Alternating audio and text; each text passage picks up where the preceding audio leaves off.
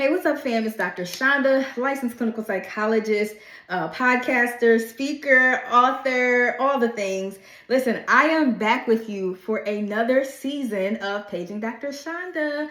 I'm so excited to be bringing back this show, especially right now during Mental Health Awareness Month, and this week particularly because so much has been happening with mental health in pop culture. So I'm super excited to hop into it. I'm super excited to be back with you all. Y'all know how we do. Before any episode starts, I like to give you guys updates on what I've been up to.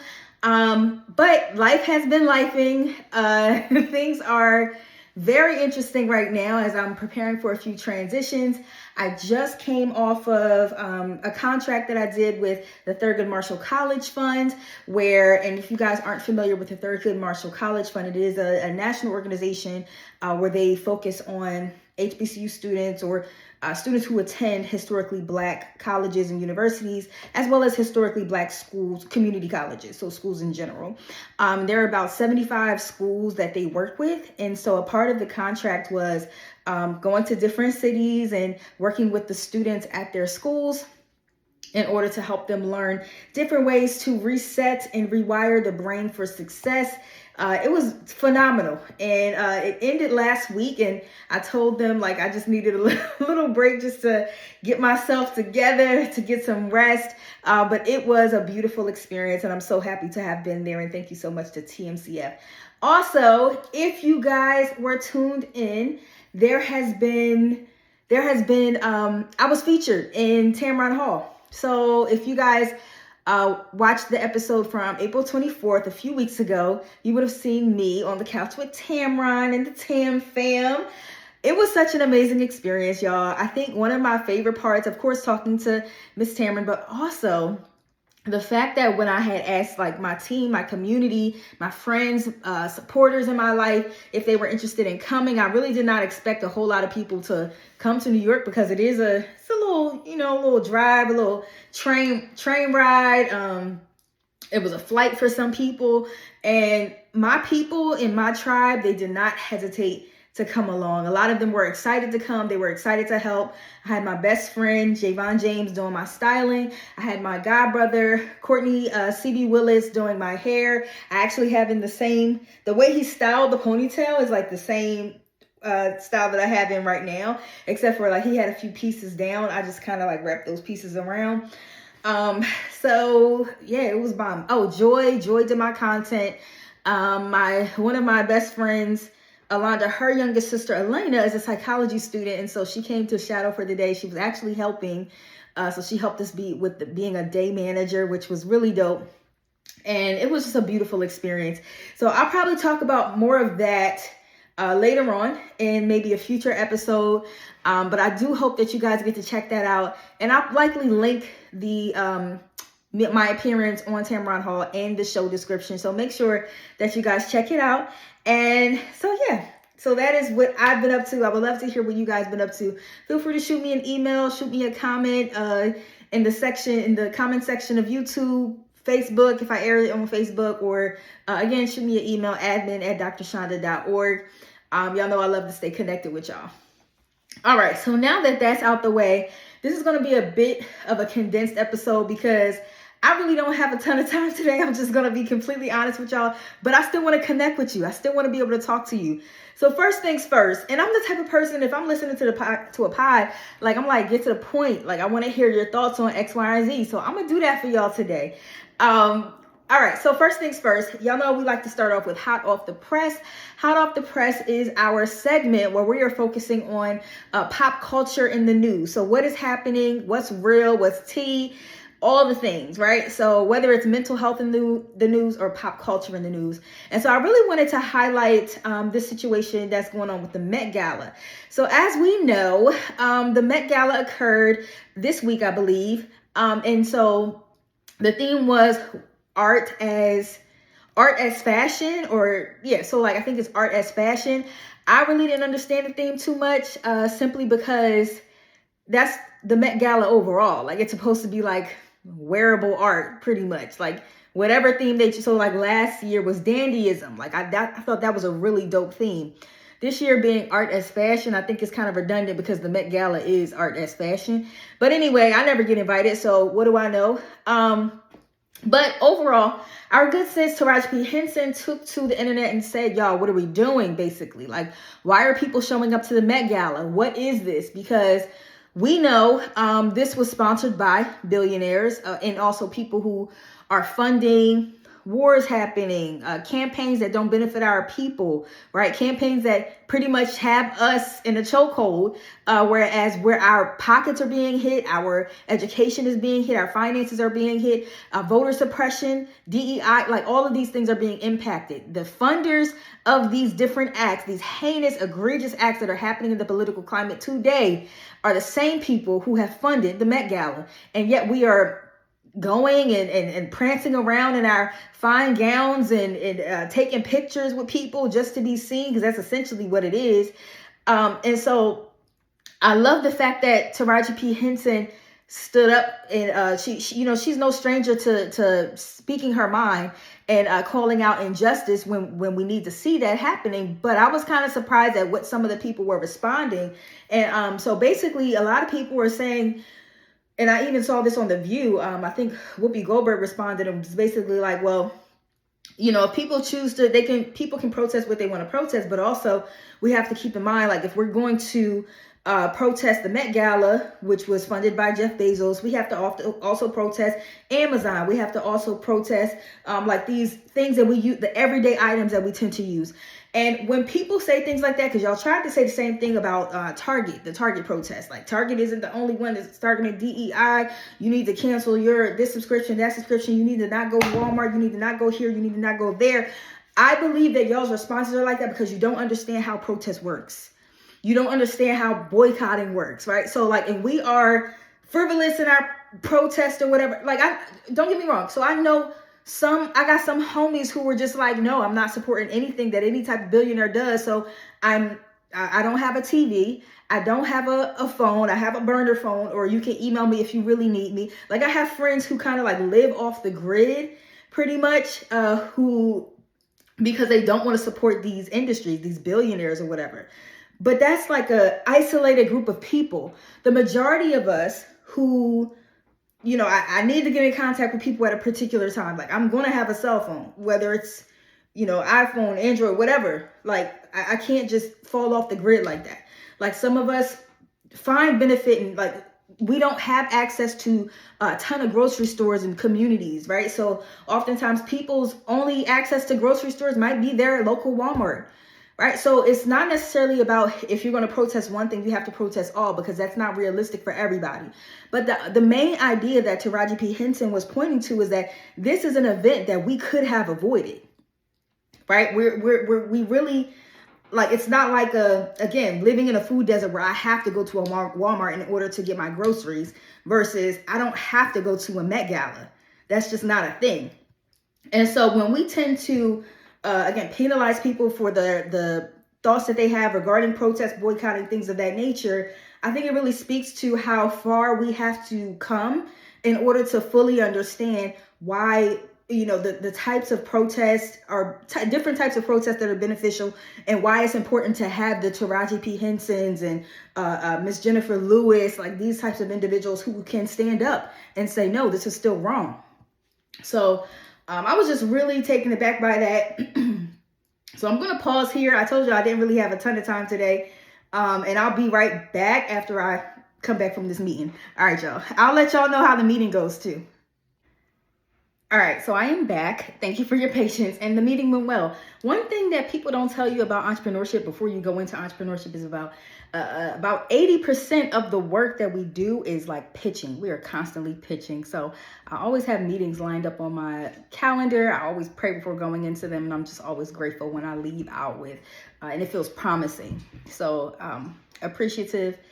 And yeah, that was actually a meeting for one of the partnerships or curriculum development that I plan to do with an organization. So this is more so like organizational change. I love to work on multi-systemic levels. So whether that's through individually in private practice or multi-organizationally through systems. So I'm appreciative of the roles that I have. and the anointing that the good Lord gave me. But back to the show. Thanks for your patience. Listen, I want to get into today's topic. So we talked about the hot off the press segment. So that was more so related to Ms. Taraji P. Henson. Now we are transitioning. We are transitioning to be licensed or unlicensed. That is the question. Who do we trust with our mental health? I'm so glad that y'all asked, because that is something we are addressing today. Now, for those of you who may have been living under a rock, I need you all to understand that we are not addressing this because we want to be academic elitists or professional. So we are not, our job is not to be academic or professional elitists. That is not the case. That is not the point of what the original video, why it was made. So it really was made to bring awareness to some of the harmful dialect that was taking place, that was distributed to the masses. And when information is disseminated publicly to millions of people, we have a responsibility as professionals in order to correct that. So I'm grateful, so grateful for my good sis doing that. And I'll get into her in a bit. But again, credentialing is not for gatekeeping. We are not doing this to gatekeep. We are not doing this to be elitist or whatever. It is more so to protect you. So what happened? Here are the facts, right? So on the Joe Budden podcast, Dr. Cheyenne Bryant explained that she does not identify as a therapist, even though she has identified as a therapist several times in that interview and interviews before, but I digress, and therefore does not require licensing, which is true. If you are not a therapist, you don't really need a license to be a coach, right? Emphasizing that her platform describes her as a psychology expert and life coach. Life coach, I'm familiar with that term. Psychology expert, that's pretty much made up, but that's neither here nor there. She maintained the life coaching does not fall under the same regulatory standards as clinical mental health professionals, which is also true. Bryant explained that she no longer practices under a license and works fully in private practice, saying insurance-based therapy requires diagnosis and strict timelines, which it does. So she stepping outside of the system allows her to charge out of pocket and have more control over how she works with clients. And I address this on social media, as well as several other people. You can be very much licensed, very much a psychologist who's quote unquote in the system or again, licensed and a part of a regulatory body or whatever, and charge out of pocket. So I told y'all, like when I first started my private practice, I was 100% out of pocket. I did not accept any type of insurance simply because insurance companies, they're very hard to work with, and each client has to have a diagnosis in order for their insurance to cover it. A lot of people are not comfortable with that, especially when we are talking about a vulnerable population, a population of people where we have been a history of being misdiagnosed and underdiagnosed. Why would I want a random diagnosis assigned to me simply to have my insurance cover it, right? So I'm saying that's the thought process of a lot of people of color and Black people. And so, but I say all that to say that claim is not true. So she made several egregious statements on this platform. She let's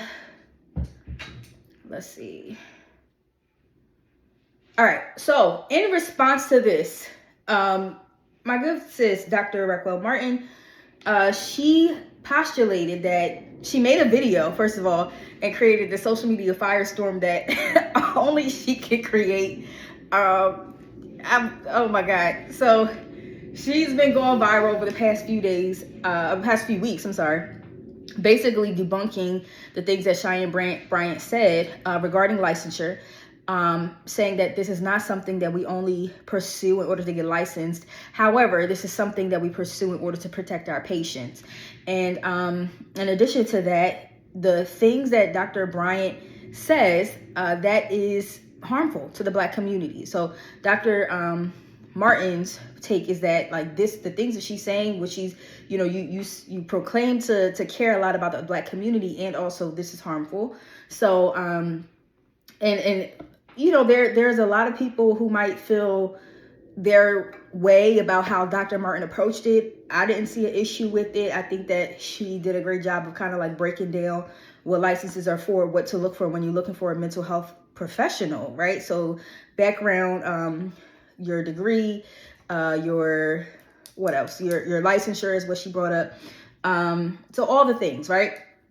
And so again, this created such a huge firestorm on social media that everybody is talking about it. People are talking about, okay, so if we are supposed to be looking at these things, like, is my therapist supposed to be licensed? Are they supposed to be unlicensed? Let's talk about it today. So really quickly, the main thing that I want us to highlight is, what is the difference between a coach versus a mental health professional, a licensed mental health professional? I'm a firm believer, this is a hill I am willing to die on. Once there's a diagnosis associated, you should be seeing a licensed therapist, because there are so many things that can go wrong when we are attempting to treat diagnoses without utilizing evidence-based practices or practices that have at least been researched for that specific population and implementing those specific treatments or whatever in therapies in order for the overall betterment of that client, right? So one study it wasn't a study, it was an article that I highlighted on social media was SZA. SZA came out, I want to say last year or the year before, and she said she went to see a professional. She did not get better. She found out she was actually seeing a life coach, and that life coach just kept telling her to practice deep breathing, but her anxiety was not getting better. That is actually a perfect example as to why an individual would need to understand the type of license and the type of profession that person has before seeking treatment, right? If I know that as a psychologist, so deep breathing can be very helpful, right? So when you are experiencing physiological symptoms, you want to have a physiological coping skill, deep breathing can help with anxiety. If it is not helping that client, it is important for us to assess. And a part of the training of a licensed psychologist or a clinical therapist is to understand the different ways that anxiety shows up, whether that is cognitive, behaviorally, psychologically, physiologically, right? And so if we are addressing it using physiological tools to address things that are actually cognitive or behavioral, of course your client isn't going to feel better. That is one of the reasons why the specific training is important, and why it's also important to have a license when working with diagnoses. Because if indeed SZA felt as though she was, and she didn't say this in the post, but if she felt as though she was being harmed by the treatment, or she felt as though what she experienced was not helpful or beneficial, or she felt as though the coach was being unethical in some way, where do you report the coach? Like, where does that report go to? Who is governing the coach? And that is essentially because there is no regulatory body that oversees coaches, right? So that oversees life coaches. Now, granted, to become a life coach, you can wake up tomorrow and say, I'm a life coach of individuals who want to overcome divorce or whatever. You don't need a certificate for that. You don't. Some people pursue certificates, but it's not necessary. You don't need a degree for that. You don't need a license for that. You could just wake up and start posting content and get your clientele together, right? However, what does that do to the client? What does that do to an individual who may not be able to afford therapy, but they think they're actually going to a therapist? That's why it's important, whatever profession that you're in, to tell your client, what is your background? What licenses you have? Anytime I'm meeting with someone for the first time, y'all coming in for that free 15-minute consultation. Hello, my name is Dr. Chanda. I am a licensed clinical psychologist, right? I am letting you know my background, my credentials, so that you can make an informed decision as to whether or not you want to see me. Because at the end of the day, this is going to be collaborative, beloved. But one of the things that I also talked about on social media is people think that when you're helping another individual or when you're doing therapy, you're just asking questions and it's just a matter of like, let's just talk it out. And that's the work. That is not the work of a true therapist. A true clinical psychologist knows how to conceptualize cases. We know how to treatment plan. We know how to pull upon different therapeutic modalities that will be helpful for one client. I can have 5 clients in one day all show up with anxiety, but I might not be using the same modality for that person. Why? Because I am clinically trained to know what will more likely work with one person versus another. One person with anxiety, I might use specific CBT strategies. Another person with anxiety, I might focus more on the liberation psychology side of things. Another person with anxiety, their anxiety might be more so rooted in relationships. Then I will focus more on a dialectical behavioral therapy or DBT type of approach, right? So it's all based on your clinical training, but we are licensed to protect you all. We are licensed to be able to again, to have those ethical guidelines that we do abide by. So for instance, Dr. Bryant said, like, I'm a coach, I'm a life coach, and I don't want to get licensed because it restricts you. It does restrict you, and it should restrict you, because that's how we protect our clientele. I can't, so if I have a patient that's coming to see me, that person has some sort of notoriety and they want to invite me to their concert or to their basketball game or whatever, right? We're talking about, professional, like this person's a professional. I can't show up just because I want to be in the mix. I can't go to a graduation for my client just because I want to be around that person or because I'm proud of them, right? That is where ethics comes in. That's where ethical guidelines and boundaries come in. You don't have to abide by the same type of boundaries when you're not associated with any sort of like ethical guidelines or licensure, and there's no repercussions about it. So I think, again, Dr. Martin did an amazing job breaking down each of the categories. One thing I also included in, I responded to Dr. Bryant's videos explaining the differences in that.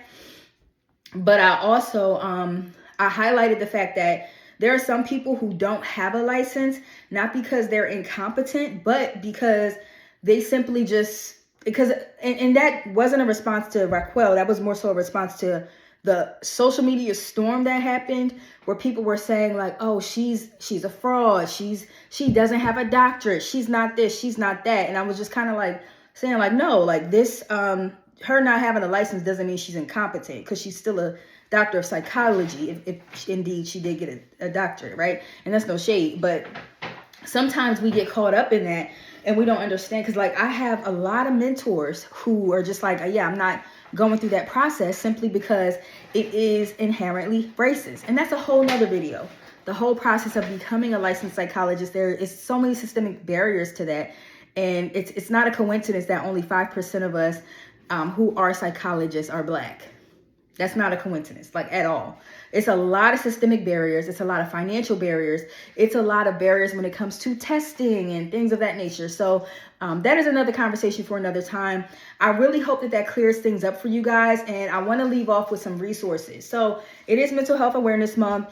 I want you guys to always be aware of ways that you can get free or reduced therapy services. So one, I'm reaching out to the Boris Lawrence Henson Foundation.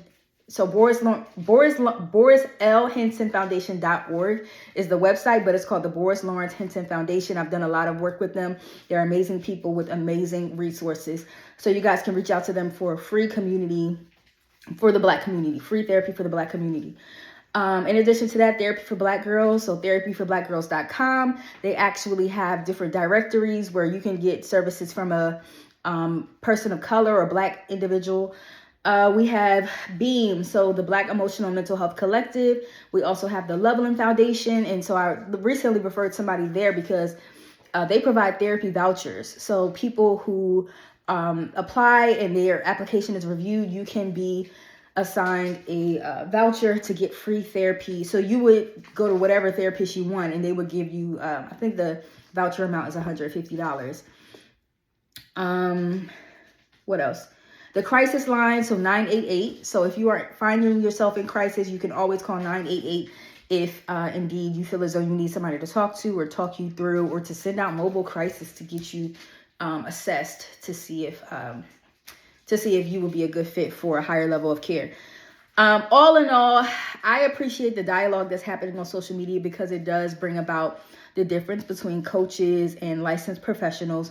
There's great work that coaches do. There's great work that licensed professionals do. There's room for all of us to thrive, right? We are not in competition with one another, but it is important for us to be transparent about the credentials that we have and we don't have, and say what we can do versus what we cannot do, so that we are not harming our population. And for us, Black people experienced enough harm. Why would we want to be harming our own community? And so I'm grateful for, again, this conversation, grateful for Dr. Martin, grateful for even the Joe Budden podcast for bringing this to light, right? Bringing these conversations to light. So, all right, y'all, that was the end of the show. Don't forget, y'all, you have the power to create the emotions that you want to experience. I am Dr. Chanda. Make sure y'all tune in for another episode of Paging Dr. Chanda, and we'll talk soon. Bye.